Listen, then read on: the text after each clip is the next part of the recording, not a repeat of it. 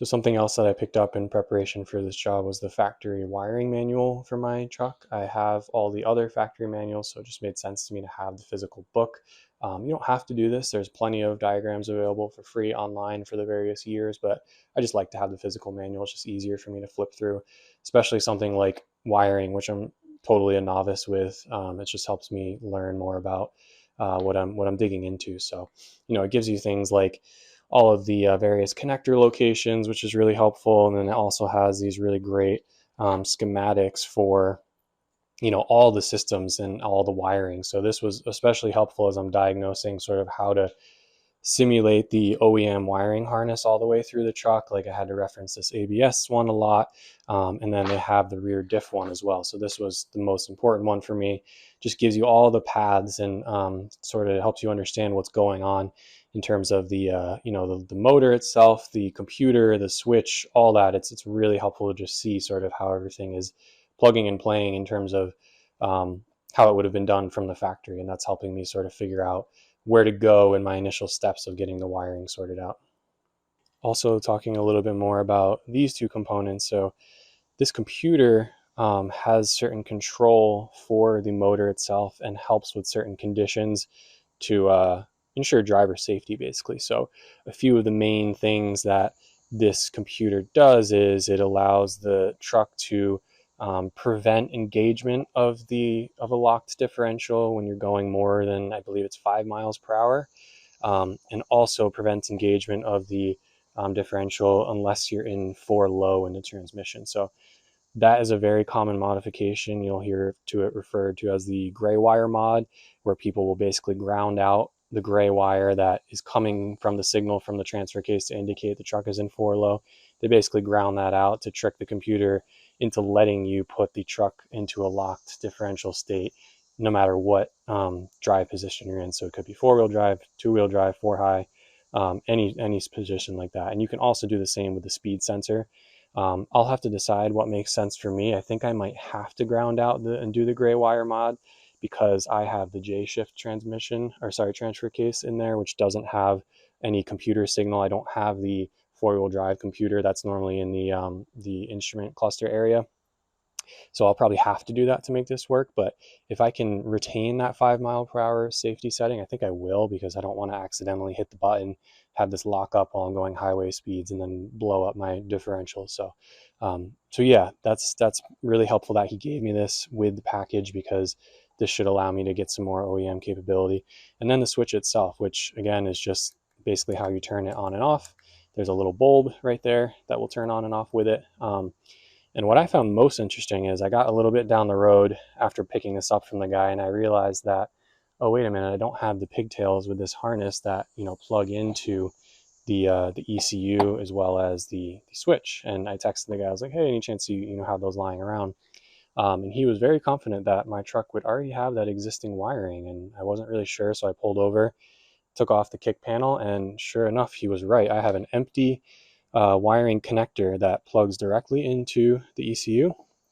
And then later when I got home, I took off my instrument cluster, or actually my lower knee panel cover.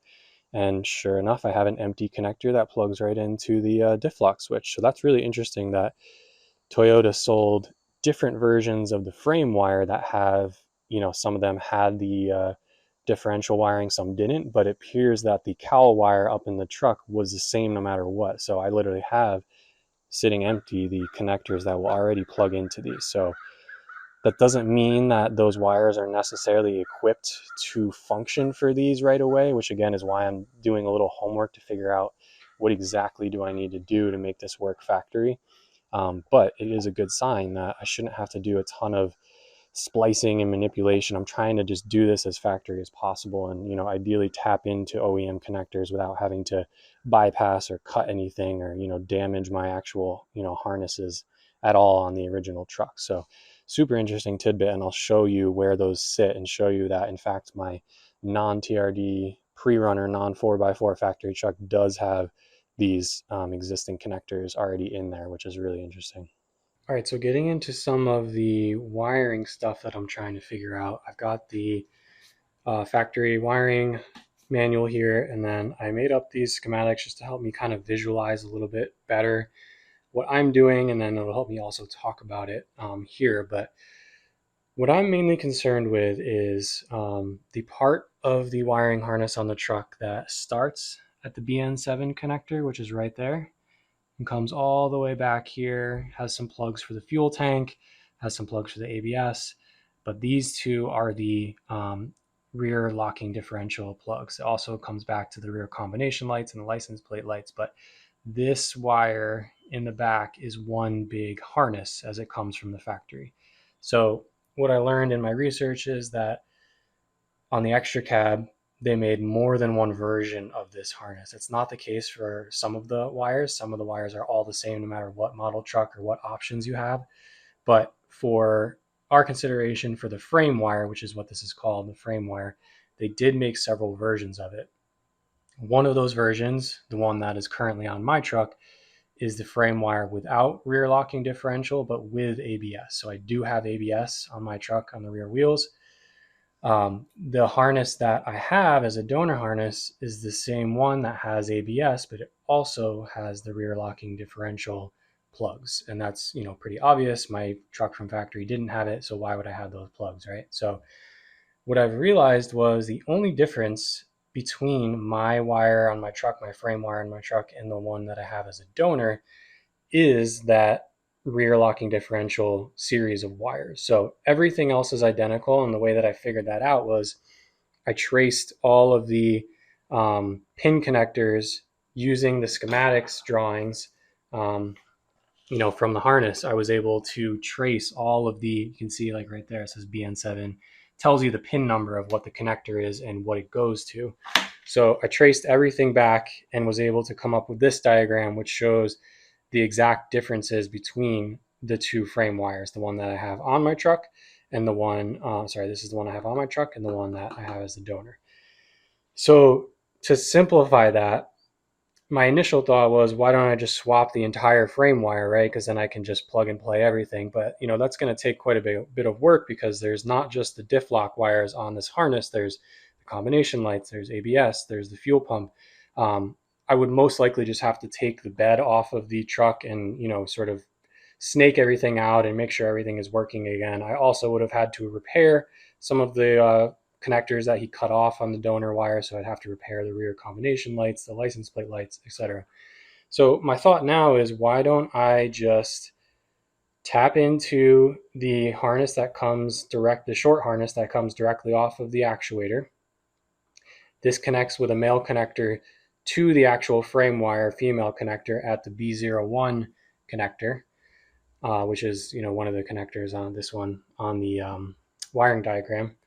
Why can't I just make a separate harness that just runs in parallel to the frame wire that starts at the B01 harness, which again is this plug that I've taken off of the donor harness, and just run that directly parallel with the frame wire that I already have on my truck and connect them to the correct pin numbers on BN7. And again, the BN7 connector looks like this, and this is the big one that connects your frame wire to the cowl wire up front, and that's right underneath your driver's seat. So why can't I just run my own wires from the the diff lock harness up to that and plug into the right connectors and essentially have a completed frame wire that would have been identical to the one that I have as a donor.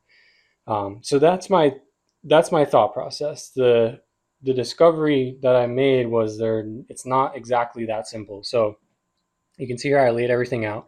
What I have circled here are the plugs, or the pin connectors that are different between my BN7 connector and the donor BN7 connector under the driver's seat. So the difference comes in pins number 10, 11, 12, 14, 15, and 16. So pin numbers 10, 11, 12, 14, and 15 are pretty straightforward because those are the 5 wires that consist of the differential harness. So that makes sense because, obviously they're going to be missing, or empty rather, on my connector because I don't have that. So that's pretty straightforward. And I can just, again, tap into, make my own harness from there and tap into the BN7 connector there.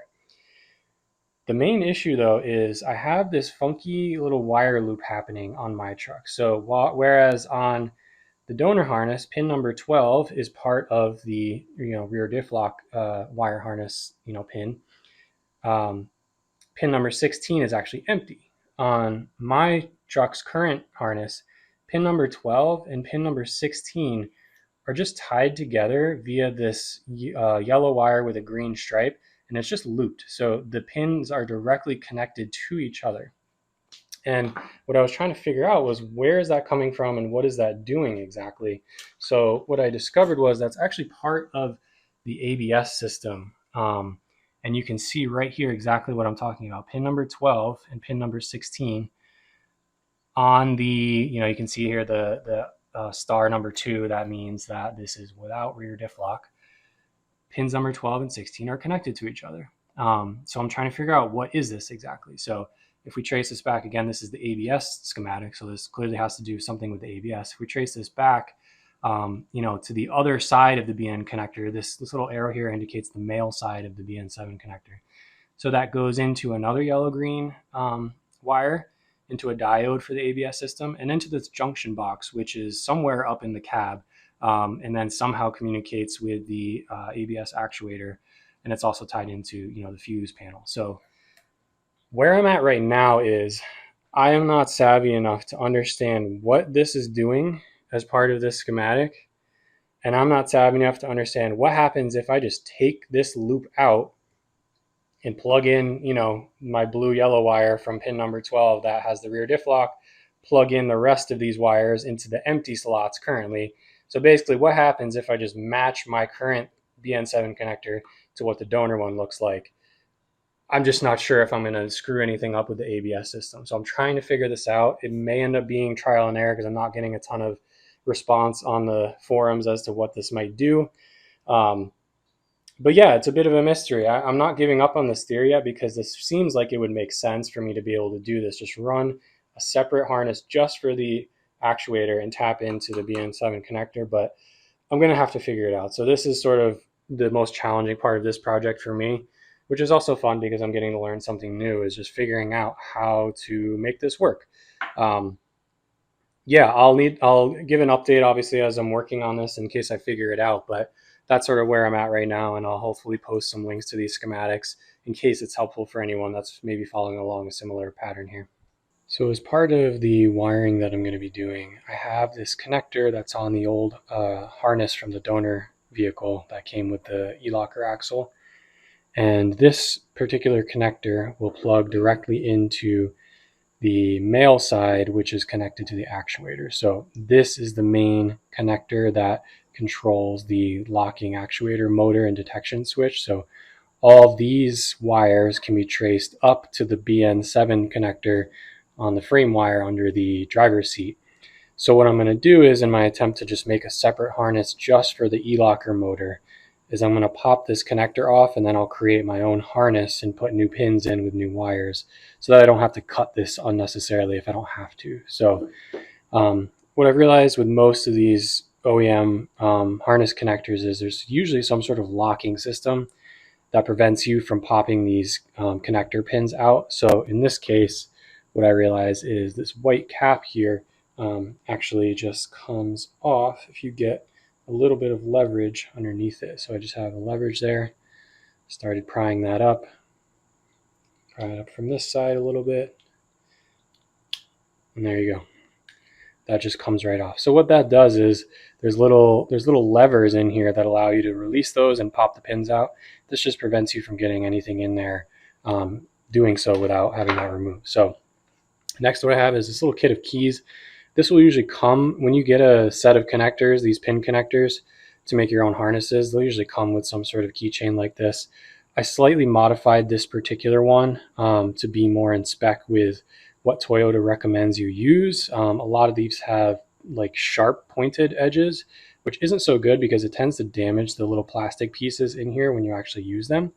So I modified this a little bit, made it more into a flathead screwdriver shape, as well as just squared off the tip, and that seems to work well. So all I need to do, maybe I can even go in closer here.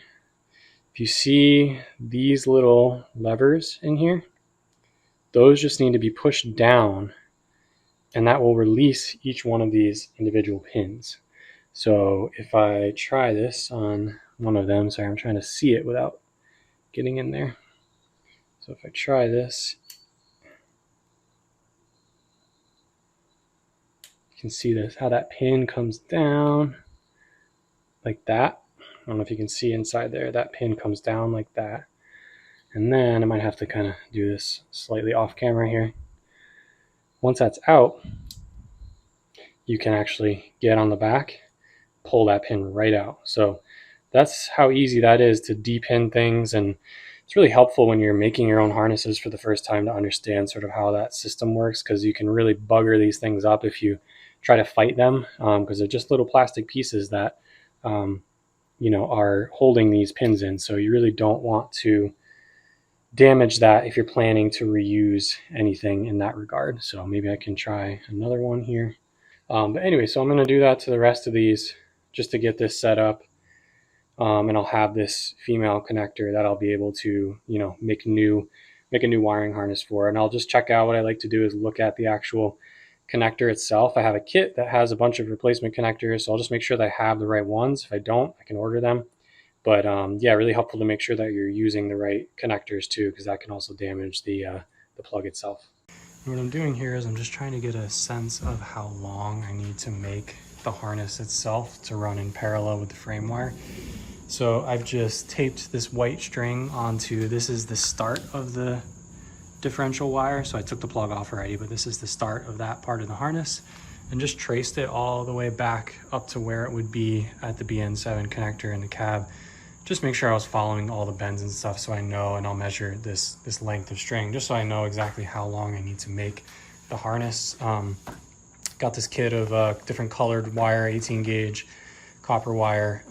Has pretty much all the colors that match the OEM colors, and I think for my peace of mind, that'll just be helpful for me to retain the same color codes that they're using in the schematics and stuff, so I can trace anything if I need to troubleshoot. But so I need to get those set up, and then I will pin those into the connector that I took off of there. And eventually, when I'm ready to install the harness, the other side of the wires will pin into the BN7 connector in the truck. So I'll kind of have it like half done. I can at least get the wires taped up for the most part and get the loom on there, so it's mostly ready to go. Maybe even get the pins installed on the end. That's going to go into BN7. Although those ones, I was having a little bit of trouble finding the right ones. They're spade connectors, but they're slightly different sizing, so I'll need to figure that out. But yeah, starting to do some more work on the actual harness. So in figuring out how to build the rest of this harness for the actuator, I need to figure out which pin connectors I need. So this was the connector that I took off, which I'm going to rebuild the new harness out of. And all I'm doing is just inspecting these connectors here. I have this kit. This is just like an Amazon kit that has all these different types of connectors. And I was just trying to figure out which one is a good match. And you're going to want it to be as close as possible. It might need to even be identical. But I found that I do have the right ones. So you can get a closer look here at what these look like. There's that side. And then there's this side. So these are identical, so these ones should work. I just cut all the wires. I'll need to crimp this onto the end of the wire, which I'll show, and then these will pop right in. I'll have to take off this lock first, but I'll show getting these popped in as well. So I've got the backing waterproofing little silicone plug on there. You have to put that on before you start, crimping on any pins. And I've got this automatic wire stripper from Klein. It's a really helpful tool. I'm going to get about 1/4 of an inch on there. You can see that pops it off nice and easy. Then I'll have to get this pin on there. I'll slide up the backing and I'll show you what that looks like as well. So you can see what the crimped result looks like. You got this special crimp tool. Usually will come with a kit like this. I mean, certainly on Amazon you can get one that has this in the kit, but you just have to find the right gauge on the selection, line it up so that the rear crimp is towards the back there, and it's a ratcheting mechanism, so you squeeze until it releases. The top part gets crimped around the conductor right there, and then the rear part gets crimped around the insulation. So that's what that'll look like. Make sure you give it a good tug to make sure it's not loose, but that's how you connect these pins. So I just double checked my pin connector to make sure I had the purple wire going in the right one from the original harness, and it's going to go in pin number 5 right here on the left. So all you got to do is, you see this hole in the bottom, that's what catches on the little plastic lever that we initially released. So you make sure that that's facing towards the lever itself. And then hopefully, if I just slide that in, you hear that click. Now that pin is in, that's locked in there. So that's how I'm going to build the rest of the harness with the other wires. There's the finished product. Got all the wires clipped in. Got the lock back in, and I confirmed that it does snap into the harness itself. The blue wire with yellow line got a little messy, but otherwise it looks good. The only thing I need to do is these two white with black wires are ground for the switch and for the power for the actuator motor. These all terminate. There's actually several white with black wires from the frame wire that terminate at the number 21 pin of BN7. And even in the diagram, it shows that there are splice points for these white with black wires. So you can see I made one of them really short here. I'm just going to splice it into this one in the harness. That happens at a couple other points, and they all terminate into the number 21 pin on BN7 as that ground. And that serves as the ground for basically the entire frame wire. So yeah, I'll get that done. Next, I'm going to just tape this up. I've also got some 3/8 loom here that should work, that I'll use to protect this and just make it look legit. And then we'll have that wire done, and it'll be ready to connect up to BN7 come time. Need to open up this longer white and black wire so that I can tap this one in, and I'm going to solder it in place. So I need to open up this insulation very carefully in order to not cut the conductor itself, but just remove this little inch or so of insulation.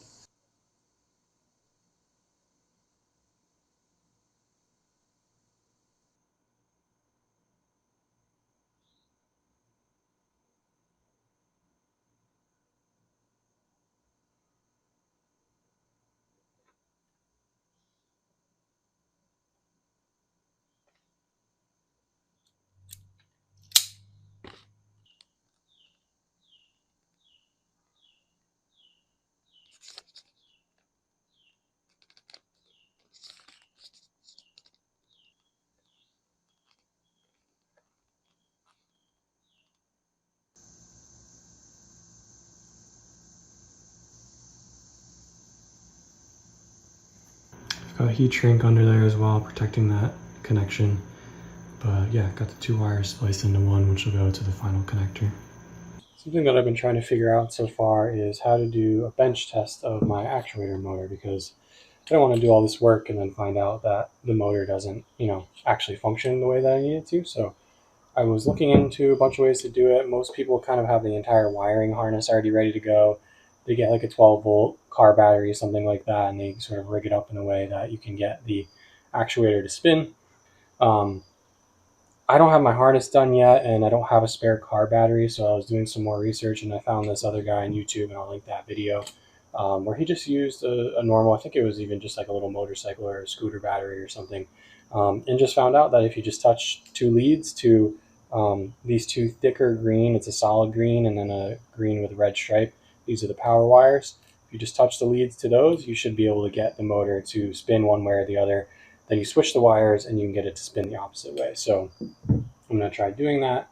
I'm just using a little 12-volt, 2 amp hour, just small battery from my electric ratchet that I use, and that's the only spare 12-volt source that I have, so I figured I'd give that a try. So if I just take the leads here, let's see if we can get this to spin. So there you go. I don't know if that was in camera or not. Now I'll reverse it and see if we can get it to go the other way. And there you have it. So that was a really easy way just to get some confirmation that this does actually work, which it does. So now we can confidently move forward with the install. Just doing a little testing on some of the locking differential components, and in the service manual just came across this step where you check the diff lock indicator switch, which is the one that sits on the third member right here.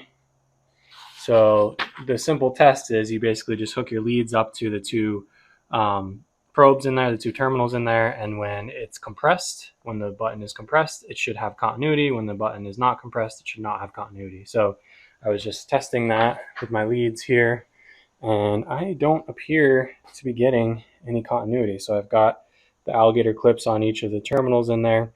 I'm compressing it all the way. That's as far down as it will go, and I've got nothing there.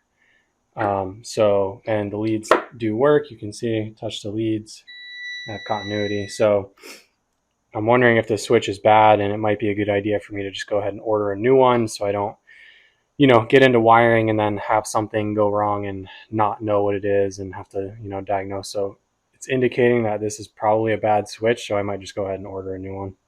Wanted to show some progress here. I refreshed this sort of short harness here that goes from the motor and the detection switch and ABS to the B01 harness, which I created that harness, remember, and that'll go up into the truck. So this was an existing harness that I was given, but I just refreshed everything. I replaced all of the electrical tape. I replaced this loom, cleaned the wires.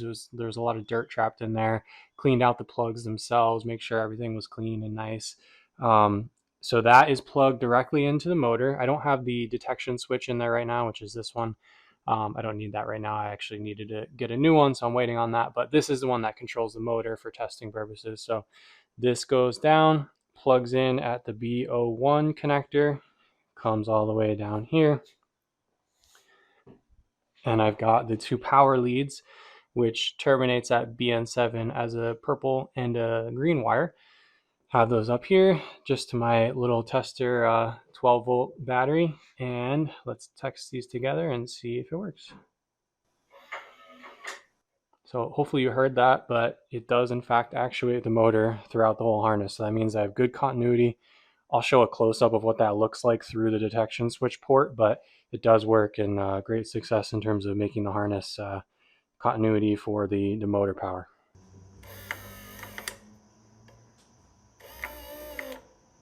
What I just did today was, well, first I installed the factory rear diff lock switch, so I have that plugged into the factory harness, so that should be ready to go. And then I also installed the rear diff lock ECU. So in my case, I had to do the gray wire mod, and the reason I had to do the gray wire mod is because I don't have the normal four-wheel drive computer that sits somewhere under this area that basically tells this ECU if the transfer case is in low 4. So I don't have that. So there's no way for this ECU to get a signal that the truck is in low 4 and therefore ready to have the differential locked. So it worked out because a lot of people do the gray wire mod just for more capability with their trucks, but I actually had to do it because there's no other way for this ECU to get a signal that the locking system is ready to go. So I have that all squared away. I just depinned the gray wire, which if I can pull it out a little bit here, you can see. So I depinned that wire, which was pretty easy. I showed how to depin a little bit earlier, but that was really easy to get that out. I'd probably recommend doing that versus cutting it. It's in pin location number 8 on this terminal. I just have heat shrink over the connector, and then I repinned this white wire here as my replacement, which I then grounded right there on that switch. So I had the right connector pin to actually plug in to this connector. And the bolt location is hidden behind the carpet possibly, but it's just right here. I believe it was an M6 by 1 millimeter pitch thread, so I just had a random bolt that fit that. So I have that squared away, have that plugged in. And what I'll need to do next is get my harness plugged in to the, so I can get this out, to the BN7 connector, which is under here.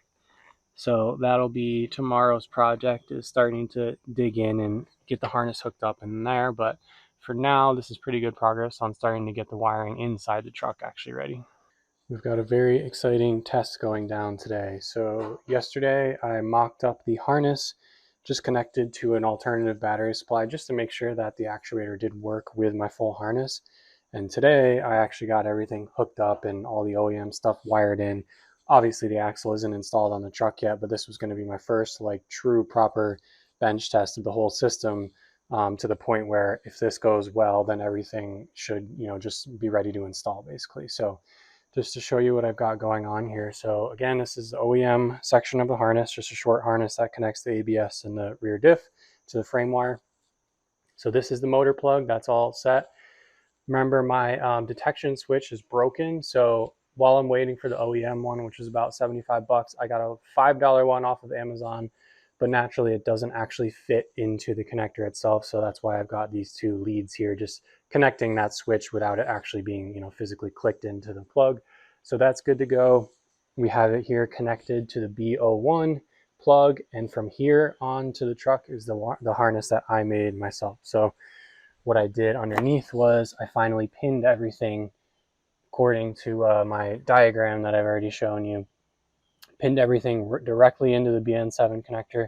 The only exception was I had to T-tap the ground white with black stripe wire because all of the grounds for the rear frame wire splice into this one pin. So I did have to do that, unfortunately, but everything else is directly pinned into BN7. So with the factory rear diff switch and then the ECU plugged in as well, this should essentially be everything we need to make it work. So we can give it a test run here.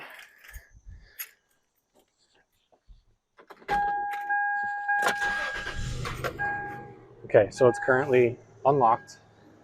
The diff is currently unlocked. So we'll go ahead and press the diff lock switch button. And there you go. We're locked in. The ABS light comes on because the truck, or the computer rather, will turn off the ABS system when you have the rear diff lock engaged. So that's all set. We can show that it is indeed locked.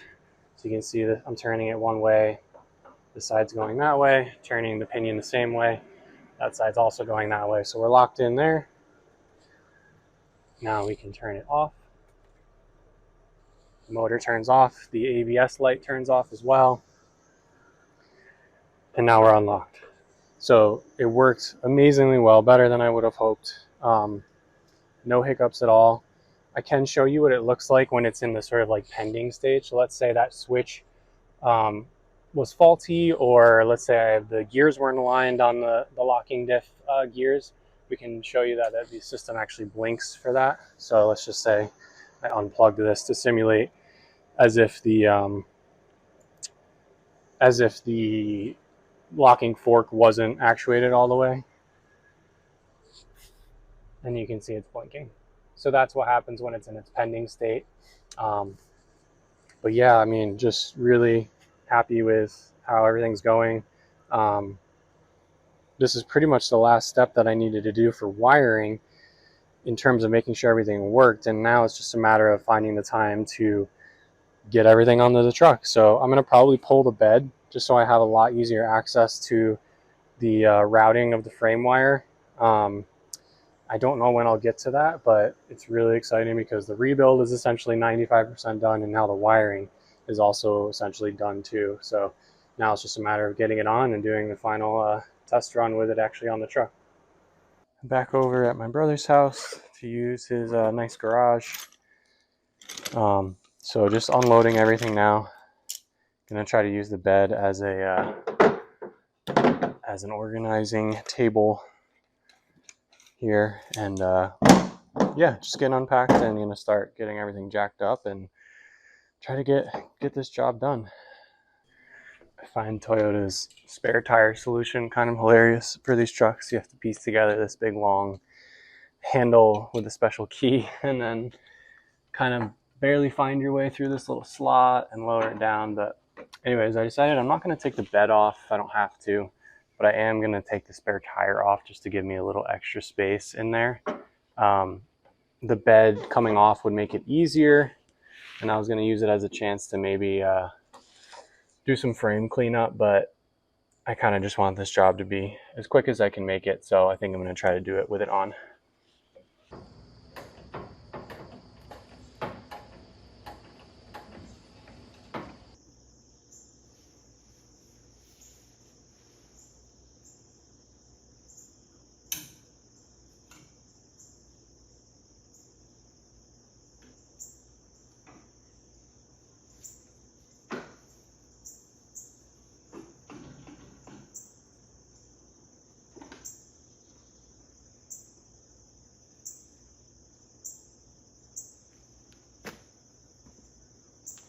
All right, here we are, out with the old, in with the new. I just finished pulling the old axle out. It's in a bit rougher shape, but it's still in pretty good shape. There's no serious rust or anything, but you can just see how much of a difference, you know, the restoration makes on this type of project. So it looks great. Everything matched up perfectly. The only difference is, you know, the third member right there. You can see obviously how different those look, but otherwise all the brackets and everything are exactly the same.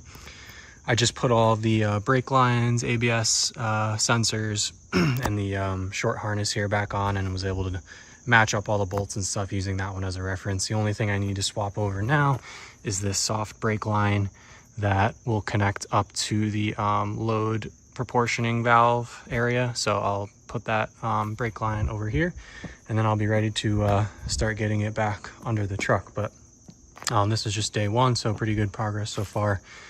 I didn't do a ton of video of me removing the axle, nor will I do a ton of me actually like installing it, only because there's a lot of videos out there on how to do that. It's really straightforward. So you just got to make sure basically everything's unhooked. You take off the U-bolts, make sure you have the axle supported, and it just comes right out. So yeah, super excited to see the comparison finally. I've kind of been waiting to be able to put them side by side, but it came out really good, and I'm excited to get this this new one back in. So we'll get that going now. All right, so it's morning of day 2. So last night I finished getting the axle in. So I got it in, U-bolts hooked up, ABS hooked up, brake lines hooked up, and e-brake hooked up. So this morning I'm just working on the wiring. So you can see the, I also got the drive shaft reinstalled, everything fit up nicely. But you can see the harness here. So again, one of these is ABS wire. One of these is for the actuator motor. The short harness goes up to this bracket location, which was already there. So on the right is the ABS, and that was an existing female plug that my old ABS wire plugged into. And then on the left, that's the new differential lock harness, and the female end of that is the harness that goes up to the front of the truck that I created. But what was cool is this little bracket already had the spot for that diff wire. So that's all hooked up, and I'll show you how I'm routing that wire up to the cab.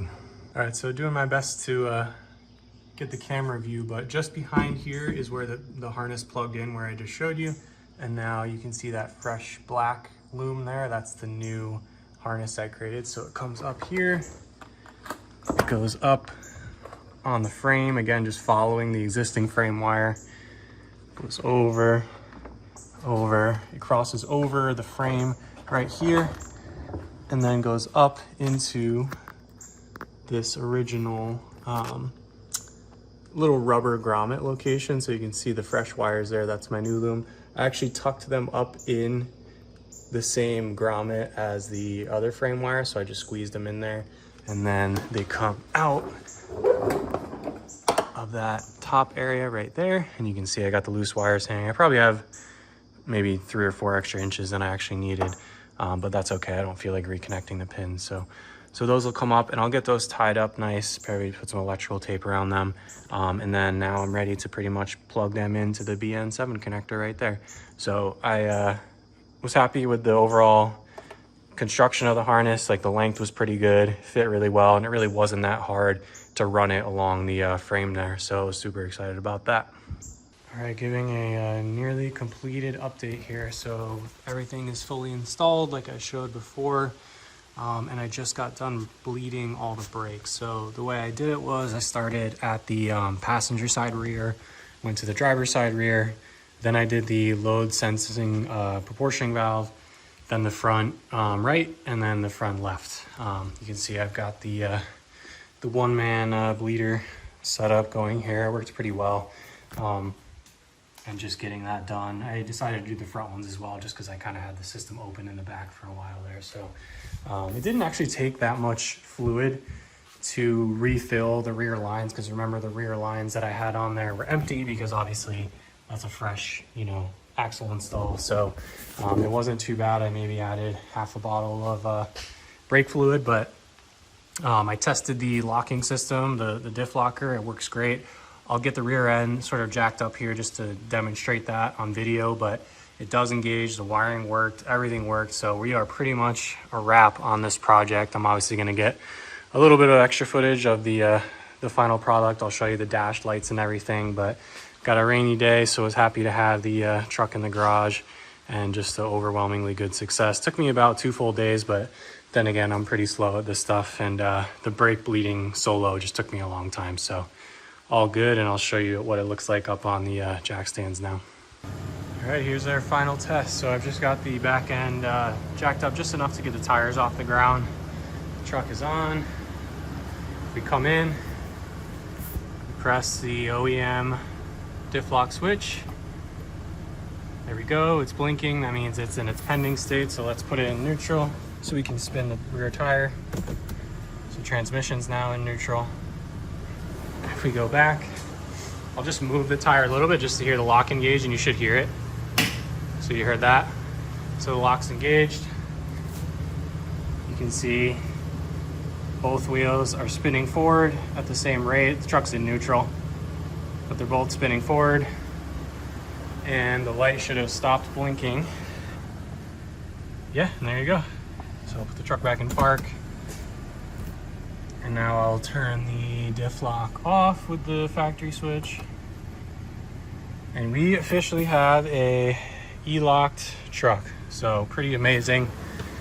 Took me 2 full days, but you know, that's okay. I'd rather go slow and careful, but I'm excited to test it out on some actual you know, situations where I might need the rear locker, but for now I probably won't get a chance to do that for a bit. So I've got one more step I want to do before I call this project complete, but all the mechanical work is done. So that's a wrap over here, and call that a success. So now that I have upgraded Bilstein suspension and a factory E-locker, there's just one more mod that I have left for this project.